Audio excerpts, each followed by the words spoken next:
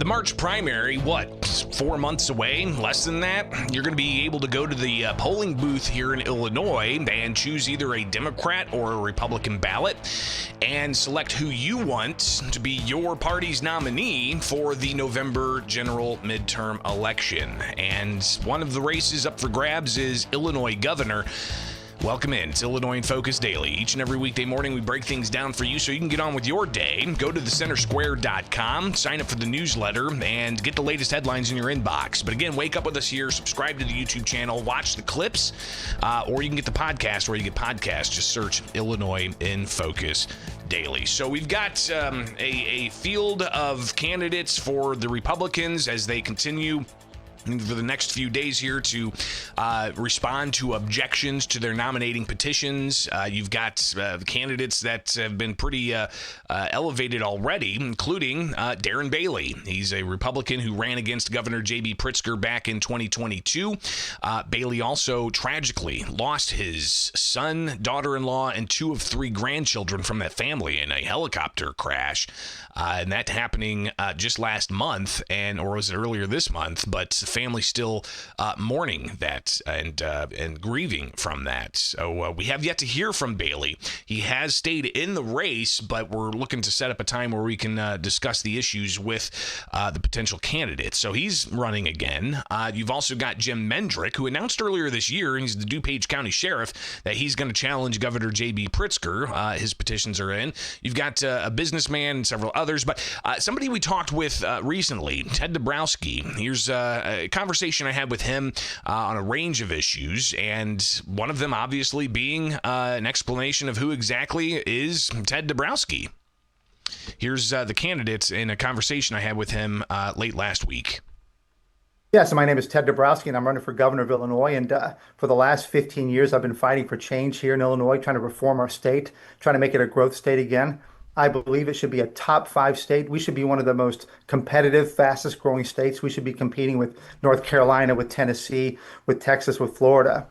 We have all the resources. We have, the land, the Chicago, the infrastructure, the lake. We have all these great things, and yet we're a bottom 5 state. And I'm running because I believe we can make this state a great state again.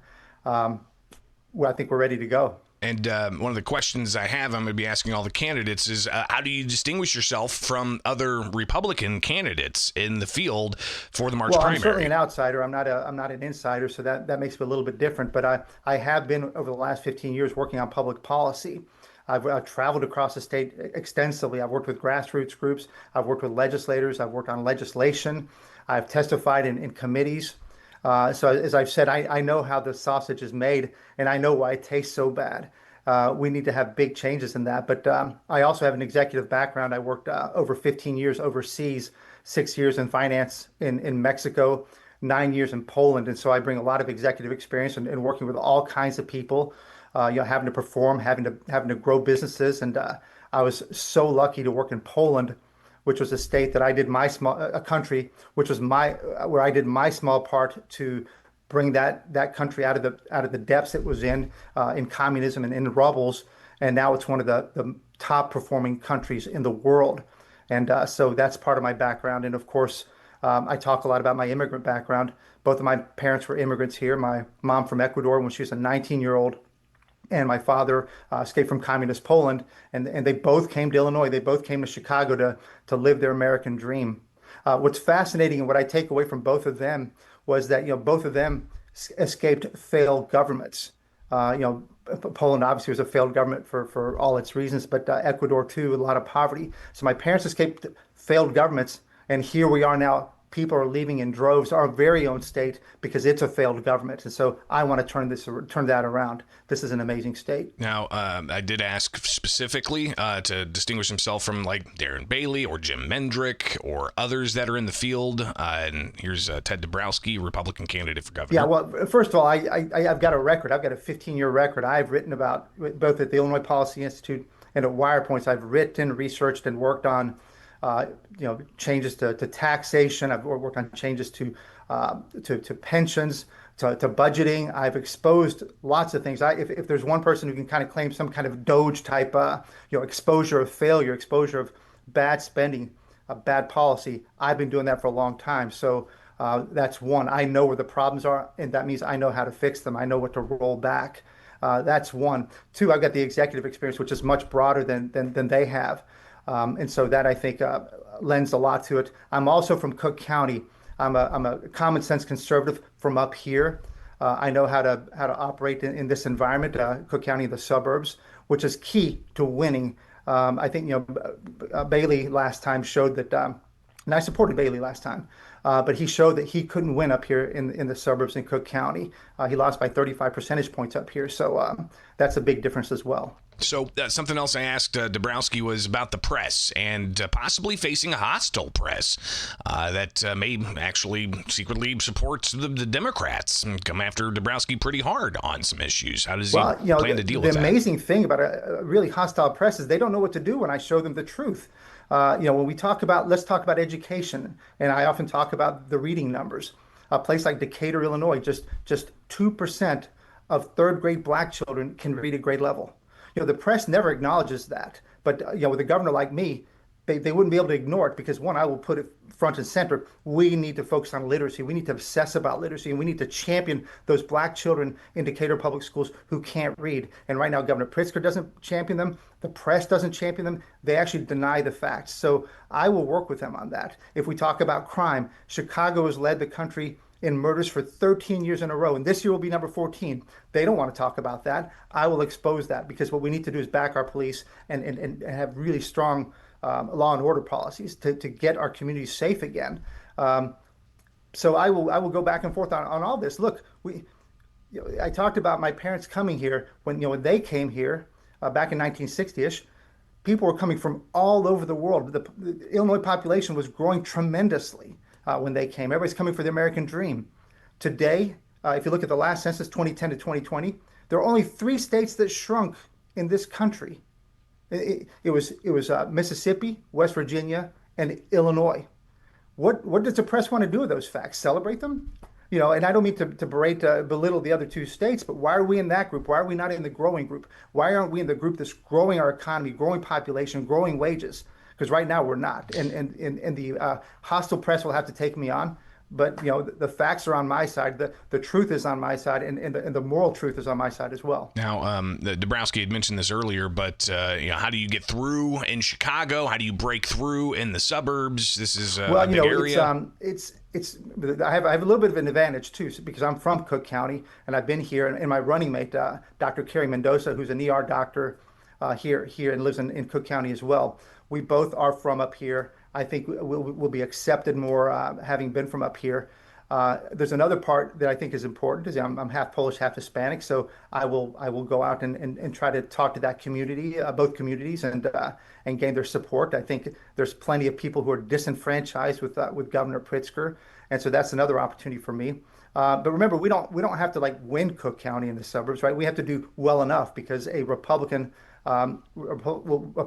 will do really well in all the other counties. It's just being able to garner enough votes.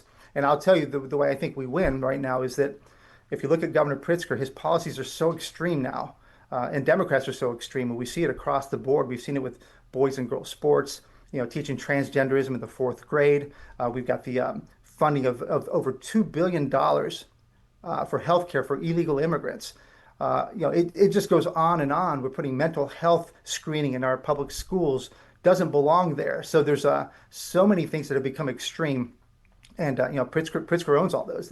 He's championing all those, and I think there will be many people. You've seen the black community be very disenfranchised by the illegal immigration. You've seen a lot of the Hispanics disenfranchised by all the DEI in schools. You've got parents in the suburbs who hate losing their parental control over their children, whether it's for health or school issues. So I think there's enough people who said, Governor Pritzker's had, nearly 7 years to fix things. He hasn't. He's only made things worse. He's done nothing about property taxes. We're not growing jobs, and our kids can't read in schools. It's not working. So I think people are awake and looking for other things. So again, Ted Dabrowski, he's a Republican candidate running for Illinois governor, and he talked about some of the minority groups in Chicago. Well, how does he work with Chicago folks, for instance? That's the big opportunity. They know that Governor Pritzker hasn't helped. I mean, look how strong he's been with illegal immigrants. He puts them over his own citizens, right? When you spend $2 billion on illegal immigrants, and you can love illegal immigrants all you want, but when you're spending $2 billion and ignoring your very residents, which is what the Chicago Flips Red is so upset about, is that the black community is being ignored. Pritzker prioritizes illegal immigrants over his own black community, and it's similar when we talk about the deaths that have occurred under the hands of illegal immigrants. Joe Abraham lost his daughter to an illegal immigrant who crashed into a car his daughter was in and killed her immediately. Governor Pritzker has never ever apologized or expressed any kind of empathy or sympathy to Joe Abraham. He's ignored him this whole time, and that's how Pritzker is. He's prioritizing illegal immigrants over his own residents. Ted Dabrowski is running for Illinois governor as a Republican. Obviously, if he gets through the March primary, he's going to see a pretty high dollar that Pritzker is going to spend. He's got $25 million he just put in just like that. He's a billionaire. Look, Governor Pritzker's got lots of money, but he's got a lot of bad outcomes on his side. We just talked about several of them. So he won't be able to defend that. Now the question is, for our side, can we elevate the issues? Can we hold him accountable for all the things he's done? I think if we can elevate our campaign, is we start to get national support as well, because Governor Pritzker is running for president. He does not care right now about running for governor. And you can see that by his positions. You can see that all he does is fight Trump. He does nothing to really do anything here to support. He hasn't lowered property taxes. He hasn't even tried. He's only raised them by his policies. So I think there's going to be enough interest from outside to help us elevate the campaign. Of course, we have to do our job and we have to make our case. How does Ted Dabrowski, as a Republican, if he wins governor, gets through the primary and beats Pritzker in November, is he going to work with a Democratic-led General Assembly at the state legislature? How does that work? What does that look like? Again, Ted Dabrowski, part of the conversation I had with him on Friday. I think, one, if I were to win, that would send a big signal to the legislature that people are tired of the extreme policies. I mean, that would be an immediate and obvious conclusion of that. So hopefully we would have some kind of reversion to the mean, let's call it. But I do think that when you have the highest property taxes in the country, and I tell you that's the number one issue as I go around. It doesn't matter where I go, and we even had a bonfire where people were in the west side of Chicago were burning property tax bills. That's how bad it's gotten. People are livid, and there's no way the Democrats can avoid that issue. I'll tell you another issue they can't avoid is our kids can't read. You're seeing a disaster in schools across the state where our kids can't read anymore. And so I do think there's a chance to, one, find common ground on that. But two, look, what Rauner didn't do, which is what I would do, is one, use the bully pulpit to say, hey, we've got a problem in Illinois, and you've got to connect the dots between the Democrats who are in total control, super majorities in the legislature. The problems we have in Illinois are tied to them. Connect the dots. We'd have a 4-year campaign to try to change the legislature. But then also don't forget that the governor gets to name department heads in all kinds of positions, which can also impact how we execute. And of course, last, the governor has the veto pen. You can do line item vetoes and veto a lot of the bad bills that, of course, that Pritzker signed immediately. So there's a lot that can be changed. But I do think that I, as the next governor, would have to make my case to the people of Illinois that we need more change, because this is an amazing state. We should be competing with all the other states and not be a bottom 5 state. Again, if Dabrowski was able to beat Pritzker in November, Trump would still be president. How would he work with the Trump administration in bettering the state of Illinois? Trump has done amazing things to close the border. He's put school choice in his budget bill. He's trying to bring manufacturing back, which God knows we need manufacturing back in Illinois. He's fighting crime like no president has ever fought crime. So there's a lot to do to work with the federal administration with Trump. That said, there's a lot of things that we have to do in Illinois that have nothing to do with Trump, and that's like our property taxes. We made that mess. We have to fix it. Our second highest gas taxes. We made that mess. We have to fix it. The fact that our kids can't read in schools. We have to fix that. So we'll work with Trump where it makes sense and where he has impact, obviously, because he is our president. At the same time, I don't want people to think that, we can't think that President Trump can fix all our problems because we're a state. We have to fix them, and it's on us to fix those things.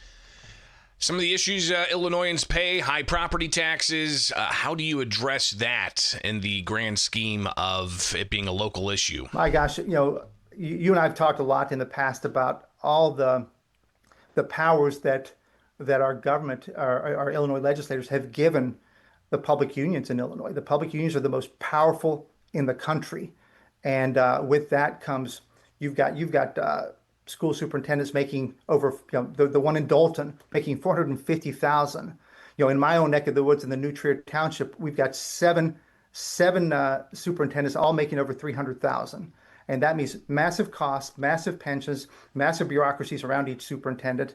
That's another. You still have spiking.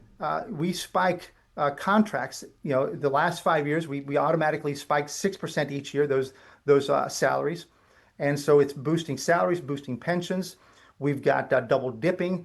My own previous superintendent, elementary superintendent, is double dipping right now, getting a pension and earning a salary. It's fascinating. And I could go through the list of the most units of government. You and I have talked about that. We have so many units of government and duplication and overlap that we're wasting tons of money. So there are many places that I've studied, I've researched, I've reported on that we must go after. And the people of Illinois have to know that if they want their property taxes lowered, we have to cut all those things. Now, pensions drives a lot of local property taxes. I've shared how I covered the Springfield city government and how most of their property tax share is going to pay public sector pensions. How do we address Illinois' pension liabilities? Worst in the nation, $140 billion unfunded liability. How do we address that issue? Again, Ted Dabrowski, Republican candidate for governor. It's Warren Buffett said that he will not invest in Illinois because there's so much pension debt that he knows that taxes would be coming after, be coming after him for taxes for the next 30, 40 years. It's really sad. Greg, let me give you 3 examples. I just met with a gentleman who has a big business, national business, and he said that he's no longer investing in Illinois. All of his investments going to other states in the South and in the East Coast. He says, that's where I'm putting all my money, not here. I also met 2 different large commercial real estate developers, and they both told me that they had redlined Chicago. They will not put a penny in Chicago. And that's the kind of mentality right now that's across our country when they think about Illinois and they think about Chicago, hands off. And that means we can't create jobs, we can't grow wages, we have less opportunity, our population shrinking. All that stuff is added up because Democrats have implemented so many bad policies that people aren't coming here anymore. They're leaving. Companies are leaving. The headquarters are leaving. So pensions is one of those big things. And so, look, it becomes very easy. The first step and the obvious step, move to 401ks for all new employees starting tomorrow. It's constitutional. It's legal. It's what, 401ks is what everybody else gets in the private sector. Just do that. And the reason I say that is it would send a signal to the rest of the country that we're finally making change, that we're finally stopping digging the hole. End pensions, stop digging a hole.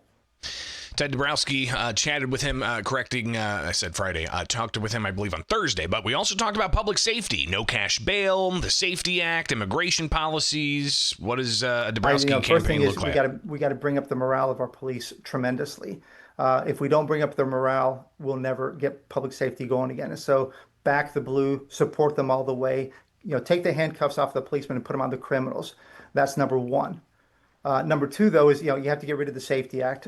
Just get rid of it entirely. If there's anything that's good in the Safety Act, we can bring that back on, but otherwise, get rid of it. Get rid of sanctuary state, sanctuary city. Now, I'm saying all these things knowing that I can't do this alone. Obviously, I need a legislature to do it, but I would use everything in my power to persuade, to negotiate, to bring back law and order, because we should not continue to be Chicago should not continue to be the city that leads the nation in murders every single year. That should not happen, and we should get tough. And remember, we have to remember the victims. 85 to 90% of the victims in Illinois are black or brown. So I want to move to where we defend the victims and not the criminals. So you would see a dramatic change in policy if I were governor. Again, finally, some of the questions that we have, we're going to ask other Republican candidates. But Dabrowski, how do you reverse Illinois' population decline? Something we've seen Congress people lose seats because we're shrinking in the state of Illinois. How do you reverse that and make Illinois a growing state? Here's Dabrowski. Greg, I'm sorry, but you broke up a couple times, so I missed the actual And again, question. this was live tape to Ted as we're playing it back here. And my questions Well, I think the rest of the to country him about and all of population its decline. residents, in Illinois, they need to know that we've switched things. This is a change election.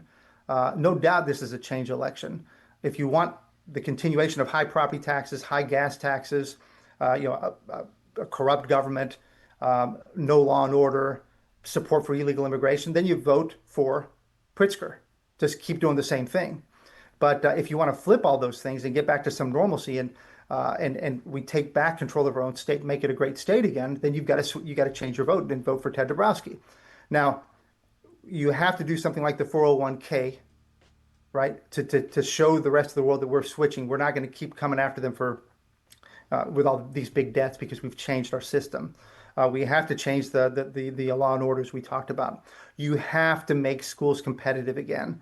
And we haven't talked about school choice, but a key platform is allowing children and parents to get out of these failing schools. There's way too many schools where hardly anybody reads anymore. We have to create an environment where parents have a choice. We empower parents. But if you start doing all those things, and actually you freeze property taxes, then you start bringing them down. You start cutting all the waste. That's how you have to do this. And I might add, Greg, that on day one, what I would do is create a department that would expose where all the money is going, because nobody knows where the money is going today. Breakthrough Ideas has done a great job of exposing how $1 billion are going to NGOs. All that stuff needs to be reported on, clarified, stopped, and let people have some room to breathe. Let them keep some of their own money. We have to totally flip what Governor Pritzker has done. He's had 7 years to fix these problems, and he's done nothing. Again, that's Ted Dabrowski, conversation I had with him last week, and how we go about seeing this play out in the March primary. Yeah, Greg, I'll tell you one of the most satisfying things, gratifying things is that I'm being asked to come all over the state. I've been traveling like crazy, and it's by invitation. People are inviting us to talk, and they're so happy to hear somebody who wants to do the opposite of what Governor Pritzker is doing. They don't want these continued property tax hikes. And I'm talking about not just around here, but Southern Illinois as well, where the property taxes are killing them. They don't want this DEI in their schools. They don't want their kids being taught about transgenderism in the 4th grade. They want normalcy, and they want jobs again, and they want respect. And many people, especially in Central and Southern Illinois, feel like they're disenfranchised. That everything's being run for Chicago. People want to be heard, they want to be felt, and they want to know that somebody wants to do something different.